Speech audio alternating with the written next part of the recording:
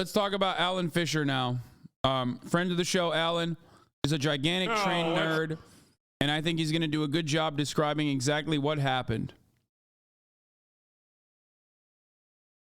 Give it up for today's fighters in the red corner, weighing in at 4,700 population in an underdog Rust Belt town from Ohio.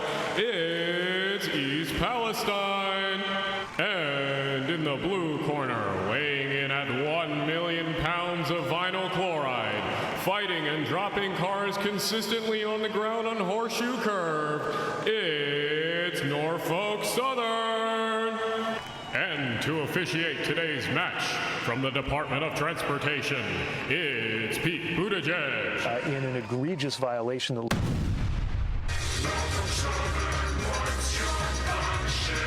Cooking up the country, helping business run. Helping this big... Jokes aside, this disaster does suck for those who are affected, both with being relocated, with possible contamination, and with the water supply. But everyone has been extremely lucky that there haven't been any deaths or major injuries from this accident. There's one thing that's certain about this incident is that there has been a stupid amount of news coverage, and anyone who... The worst part is people at East Palestine still have to pay $5 a month to avoid the top of the hour ad break on this fucking broadcast. You know what I mean? Who says it's a cover-up is a bit goofy at this point. The reason why it wasn't big news in the first place was because derailments usually do not warrant a lot of news coverage. They happen more than most people think, and they're usually pretty mundane and boring for the average 24-hour cable news viewer. I just think that they weren't expecting this one to really blow up as much as it He's right about this. did, so coverage was slow at first. Since it did make it into the major news cycle, there's a lot of interesting and bad coverage from journalists that never talk about trains that suddenly now have to talk about trains. And for people like me who talk about trains, I mean, I gave you Alan's perspective ahead of time. I told you because he was like tweeting about it a lot. He likes trains a little too much. Obviously, he's going to be very fucking nerdy about it. One thing to keep in mind is like, you know, train derailments in comparison to like where they were is still a lot better. When you think about 1,000 train derailments a year, especially that factors like, you know, silly ones like the train just got off the track a little bit. You know what I mean? All of those are still a part of the train derailment number. And even with everything else, like 1,000 is actually fairly, like incredibly small in comparison to where it used to be. Still terrible in comparison to other countries, obviously. But just, you know, keep things in perspective. America, you know, multiple decades ago was way, way, way worse. Alan praised the USSR for its railroad successes compared to America at the time, so yes, he's based. No, I know. He just loves trains too much. trains a lot. It's been a painful process to read through these articles and takes about what happened. So for clarification, let's take a quick breakdown of what happened with this derailment in basically chronological order. On February 2nd, Norfolk Southern Train 32N left the Terminal Railroads Association's Madison Yard just outside of St. Louis. Allegedly, the train crew that departed from the yard with 32N reported hearing unusual noises from a part of the train that would later have issues.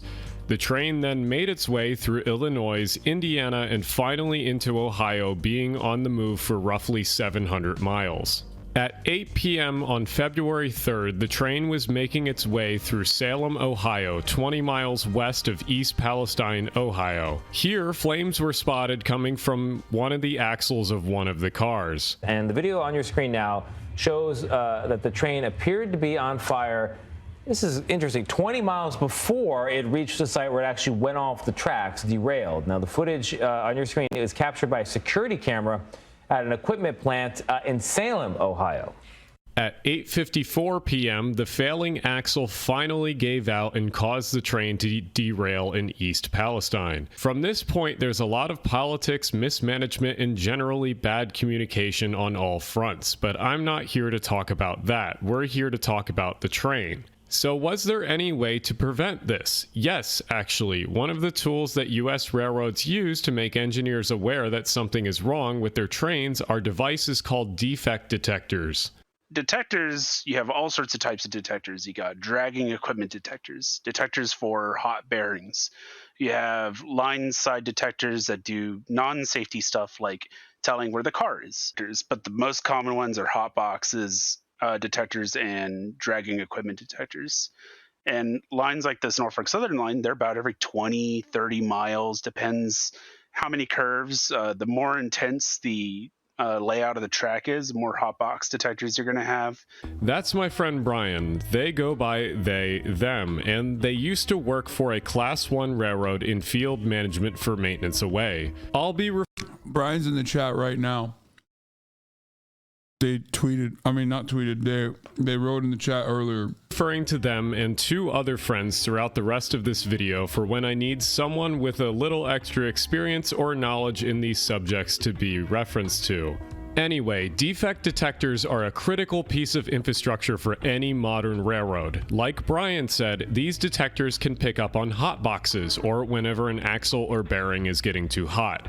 Hot boxes aren't just for that Corolla sitting in a dorm parking lot. The name originally comes from railroads from when old journal bearings were still in use. Journals used to overheat commonly, and the box where the journals sat in oil would catch on fire or smoke. Eventually, journals were replaced with roller bearings, which were not only more People say Hasanabi heads are jobless. Here you have a Hasanabi head. efficient but also more reliable. Roller bearings rarely fail or catch on fire nowadays, but it still will happen if they are not maintained or inspected. It's very confusing how the axle on this Norfolk Southern train got to the point of failure. Defect detectors are scattered all throughout the network. Remember that video of the train car on fire going through Salem, Ohio? Well, It was supposed to ping multiple times over. So most likely the real issue here is that they basically were like, yeah, fuck off. No, keep it going. Don't stop, because it takes a lot to stop a train and fix it. So they were just like, yeah, just go through. It doesn't matter. Like, especially from what I understand, long trains with a fuckload of cars, like 50 cars, when they have to stop at a train stop, they are even more difficult to maintain. Because like there is bro, a long train like is 300 cars. Okay, what are you working for fucking Norfolk Southern? Why are you saying this? That's what they said. They literally said, bro, it used to be double the size, you fucking dummy. Anyway, 50 isn't long. Got it. Okay, everyone who's a train engineer is yelling at me. Long trains are difficult to fucking process through. They hold up the entire railroad. And of course, they hurt profits. So sometimes they just fucking tell you to ignore the signs, ignore the warnings. actually a defect detector. And yes, they require more workers. In Salem. So the alarms should have been going off on the radio calling out to the engineers that there's an issue. I don't know why or understand why 32N didn't stop, because it's proper practice to come to a stop when a detector is tripped. But okay, so if the detectors couldn't have been relied on in this situation, could the brakes have stopped the train from derailing? And what if we upgraded them to a newer system?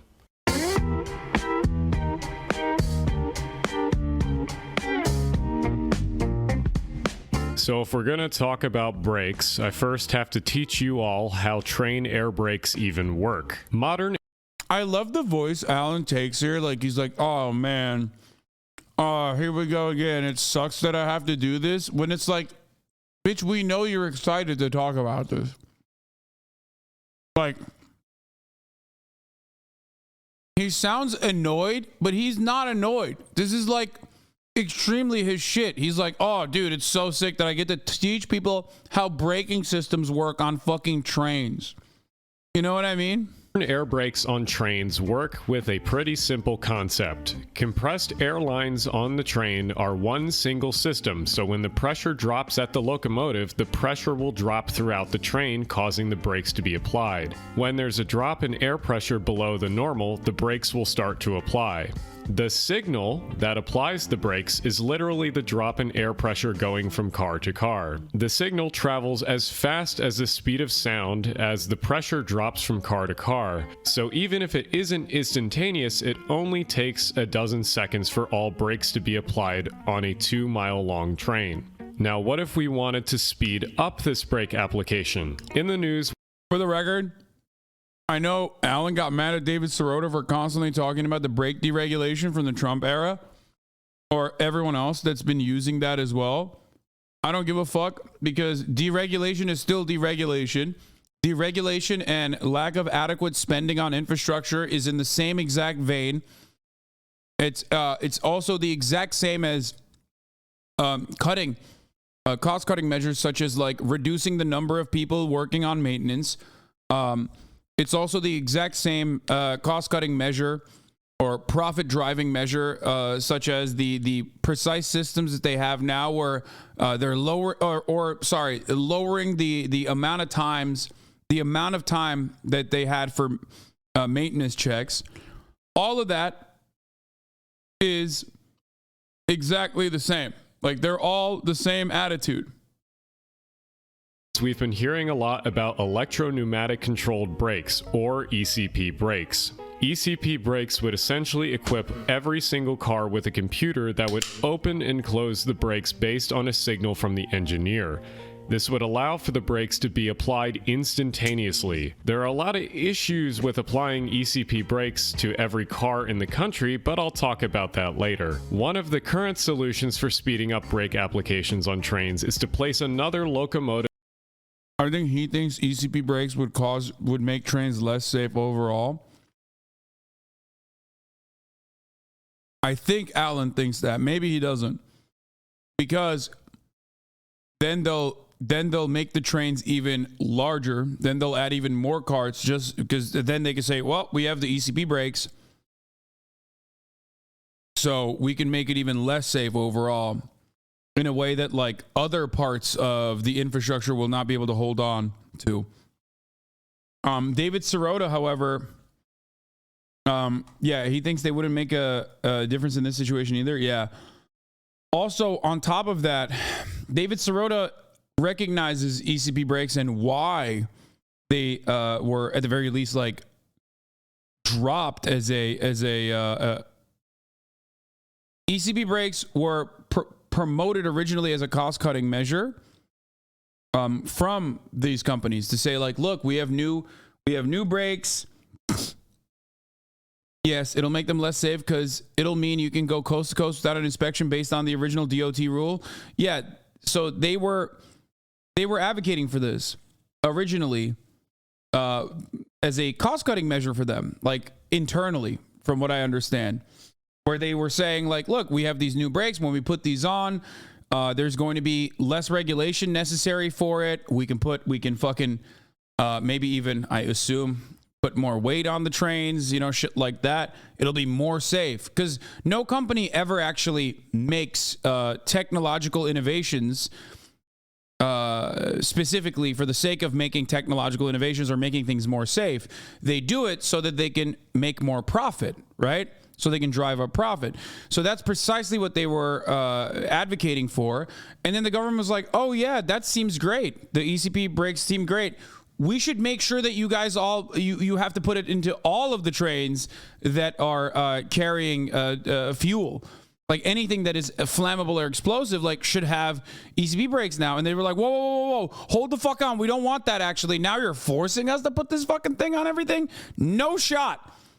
And that's the easiest way to describe the saga between Norfolk Southern and other train companies and the lobbyists and the government regulation surrounding it, and why they deregulated it after they said you should put it onto every single train. Now, in this circumstance, it doesn't... Please stop euphemizing a chemical disaster by calling it derailment.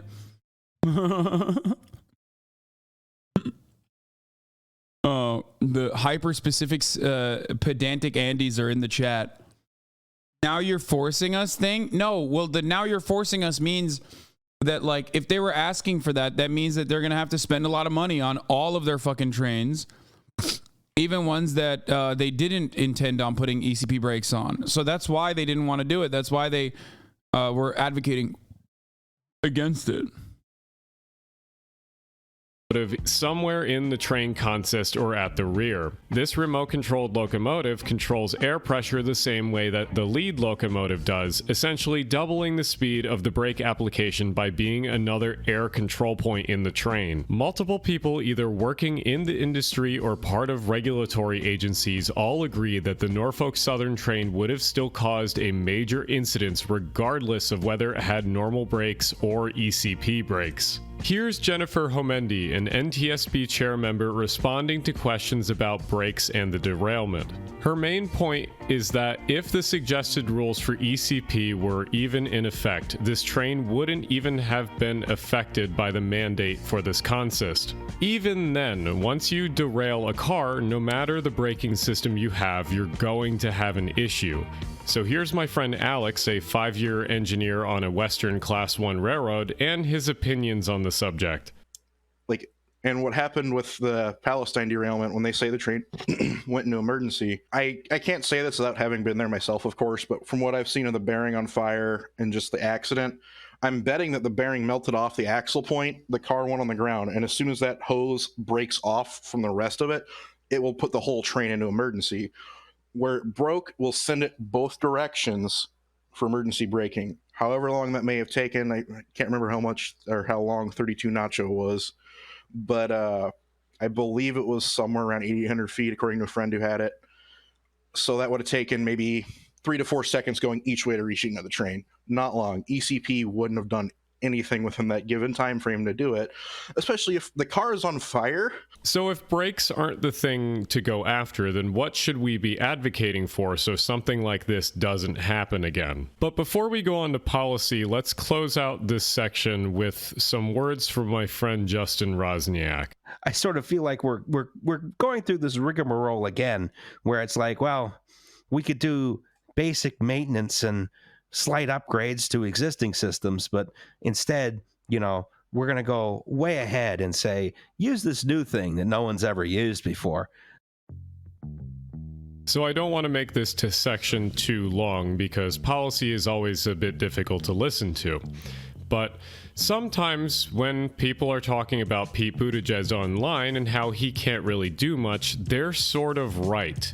You see, under the DOT, there is an agency called the Federal Railroad Administration, and unlike the airplane version, which is the Federal Aviation Administration, the FRA is very underfunded and doesn't have as much power over the industry that it oversees as the FAA does over its industry. There are two reasons for this, and one is easier to fix than the other. The first is that the FAA controls a lot of publicly owned airports and can easily deny companies the right to use those airports, where the FRA has to deal with private companies and private infrastructure mainly. And it's literally because it's longer. It's been around for longer in our dog shit fucking country, and therefore they have more time to have eviscerated any kind of nationalization efforts. That's it. And the more private the ownership is, the less the amount of hands that hold it. That's it. It's really fucked up, but it is precisely the reason. I mean, railroads historically, and even the building of railroads historically has been fraught with monopolists and the awful fucking capitalist barons. The main issue, and this is like Alan is absolutely correct, and I'm sure he'll mention this now, is it's not nationalized. The government has limited regulatory power because, they don't even want to do the subsidy part of the regulation. They don't even want to do the fucking bully pulpit part of at least like advocating for certain things and wagging the fucking finger But when all else is considered here, you still have, you don't have the actual power to, stop railroads completely. Stop these 4 fucking railroad companies from completely dominating. What are you talking about? Do you think companies want their trains to be blown? Government involvement only makes things worse. There is not a single place in this entire fucking planet where railroads have actually gotten better as a consequence of privatization. Railroads, just like airports, rely on heavy public spending. They rely on infrastructure spending. They rely on your tax dollars to even exist. They also provide an incredibly important life-saving piece of our logistics. It needs to be regulated. Yeah, let's not fucking fund them then. Dude, you are not making good points. You are not making good points, okay? You are not making good points. Let's not fucking fund them then is an idiotic measure. I just gave you an example of public ownership being better. Even the American Enterprise Institute's own study that was trying to show that Amway is dog shit in comparison to other countries actually still showed nationalized railroads and publicly owned railroads as infinitely better than the American ones. Okay? Or I say Amway, fuck Amtrak. Fuck you. Shut up. God damn it. Why? Why do they sound so similar? I'm fucking ESL. Suck my dick. Shut up. Yeah, sure, let's heavily regulate them to the point they will ask for more money so you can bitch about them. I want railroad executives to be at gunpoint, put in jail. Okay? I want you to also at gunpoint go to jail for being an annoying little fucking libertarian dipshit who doesn't understand a single fucking thing about the issues that he's talking about and is just trying to fucking do Reddit Lord, debate Lord shit. Okay?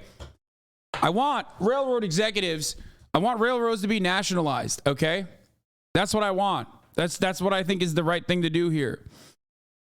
Okay? And I want you to go to jail for being fucking annoying. That's what I want. It's not about regulating them. It's about nationalizing them, okay? Even regulation falls short in a lot of instances. There are still things that even our current government could do, okay?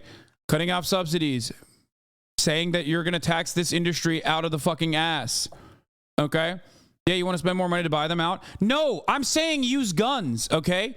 We're the government in this situation. Just use guns. You don't need money to buy out a railroad. You could just use guns, I think. That's what I'm saying. It is on your soil, okay?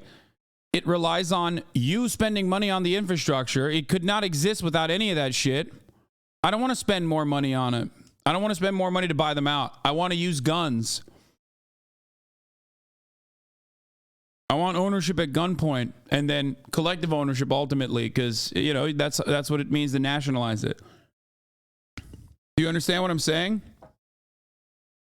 Which guns? Ones that we should take from the people? Okay, you're moving on to a completely different subject matter. And you're also a fucking idiot. I don't know why I can't ban this fucking dumbass. No, man. Oh, they're already banned in the channel. No, I meant like the guns that the government has. Which guns? The ones you want to take away from the people? Dude, no one is coming for your fucking Winchester, okay? No one's coming for your Glock.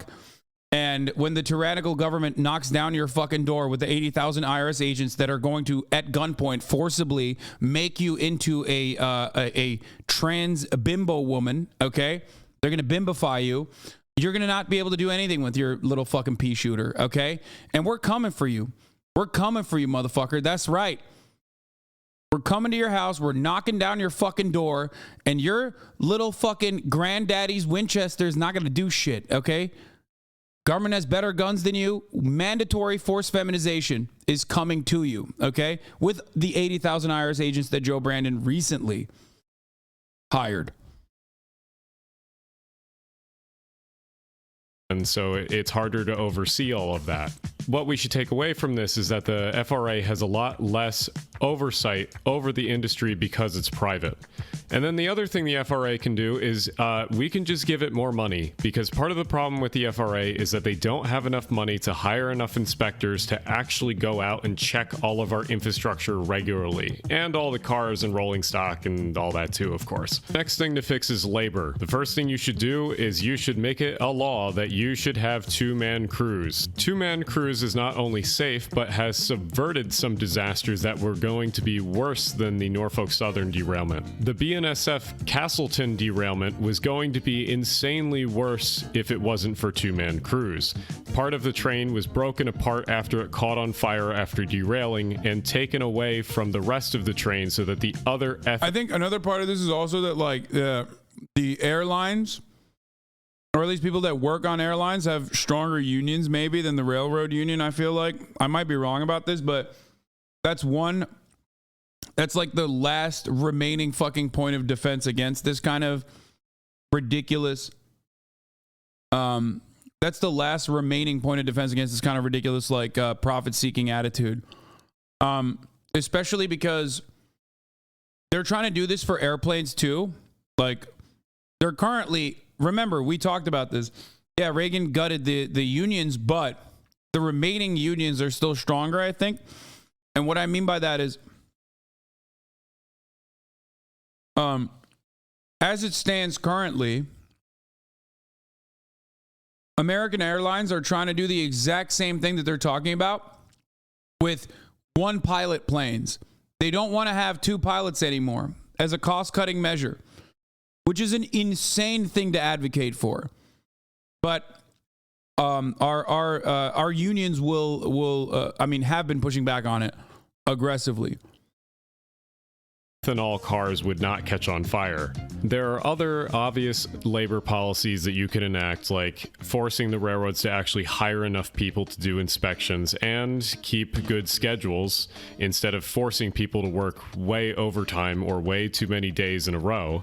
Other than labor, another piece of legislation that's probably needed is a standardization of defect detectors.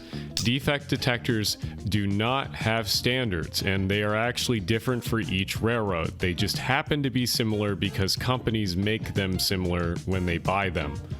And lastly is PSR, or Precision Scheduled Railroading. The problem with PSR is that it makes trains double or triple the length that they used to be, and this compounds a lot of problems that already exist, including the fact that if you have a problematic car, it's hard to dig out of the train if there's an issue with it in the first place. So, if you want some rules and policies to fix the industry, here they are. Here's 5 good ones right here. I do like that public ownership idea. That might come back around, or I have a few other videos that might mention that concept. But I don't know. Norfolk Southern is a pretty terrible railroad, and I'm not saying that Conrail was perfect, but I'm just saying that they never put a train on the ground because of a hot-boxed car.